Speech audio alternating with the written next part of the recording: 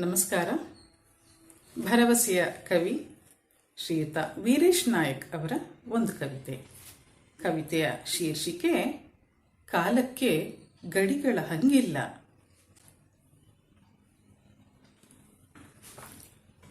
ಕಾಲಕ್ಕೆ ಗಡಿಗಳ ಹಂಗಿಲ್ಲ. ದಿನ ಮುಂಜಾನೆ ಎದ್ದು ಗಡಿಯಾರದ ಮುಳ್ಳುಗಳನ್ನೇ ನೋಡುತ್ತಿರುತ್ತೇನೆ. ನನಗೊಂದೇ ಆಶ್ಚರ್ಯ. ಮನಸ್ಸುಗಳ ನಡುವೆ, ದೇಶಗಳ ನಡುವೆ ಗಡಿ ಕಟ್ಟಿರುವ ನಮಗೆ ಕಾಲಕ್ಕೂ ಗಡಿಗಳಿರಬಹುದೇ ಎಂದು. ತಕ್ಷಣವೇ ದೂರ ದೇಶದಲ್ಲಿನ ಸ್ನೇಹಿತನಿಗೆ ಫೋನಾಯಿಸಿ ಕೇಳುತ್ತೇನೆ.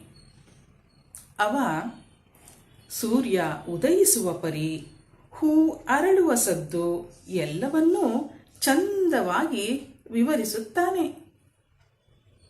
ಮತ್ತೋರ್ವನಿಗೆ ಮಾತಾಡಿಸಿದೆ.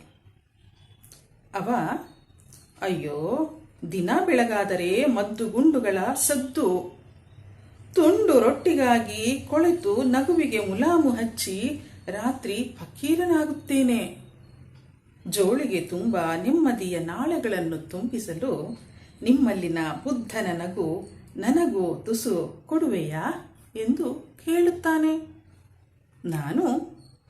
ನಾನು ಇಲ್ಲಿ ಅಣುಶಕ್ತಿ ಪರೀಕ್ಷೆಗಿಟ್ಟ ಹೆಸರು ಸ್ಮೈಲಿಂಗ್ ಬುದ್ಧನ ಬಗ್ಗೆ ಕೇಳುತ್ತಿದ್ದಾನೆಂದುಕೊಂಡು ತೆಪ್ಪಗಾಗುತ್ತೇನೆ.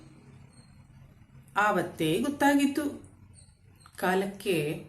ಕಾಲಕ್ಕೆ ಗಡಿಗಳ ಹಂಗಿಲ್ಲ. ಪ್ರೀತಿಸುವುದೂ ಗೊತ್ತು, ದ್ವೇಷಿಸುವುದೂ ಗೊತ್ತು. ಶಿಲಾಯುಗದಿಂದ ಸಂಚರಿಸಿ ವಾಸ್ತವಕ್ಕೆ ಬಂದು ನಿಂತಿದ್ದೇನೆ. ನನಗೆ ಕಂಡಿದ್ದು ರಕ್ತದಿಂದ ಕಟ್ಟಿದ ಗಡಿಗಳಲ್ಲಿ ಪ್ರೀತಿಗೆ ಆಸ್ಪದವಿಲ್ಲ. ಎಲ್ಲ ಕಾಲಕ್ಕೂ ಸಾಕ್ಷಿಯಾಗಿ ಗಹಗಹಿಸಿ ನಗುವ ಸೂರ್ಯನ ಕಂಡು ಲಜ್ಜೆಯಿಂದ ತಲೆ ತಗ್ಗಿಸುತ್ತೇನೆ. ಮಾನಗೆಟ್ಟ ಚರಿತ್ರೆಯ ಹೊತ್ತು ಇನ್ನೂ ನಡೆಯಲಾರೆ.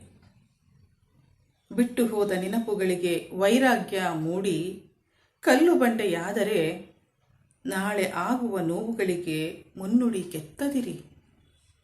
ಶತಮಾನಗಳಿಂದ ನೋವುಂಡ ಈ ಕಲ್ಲು ಶಾಂತಿಯ ಪ್ರತೀಕವಾಗಿ ಮರುಹುಟ್ಟು ಪಡೆದಿದೆ.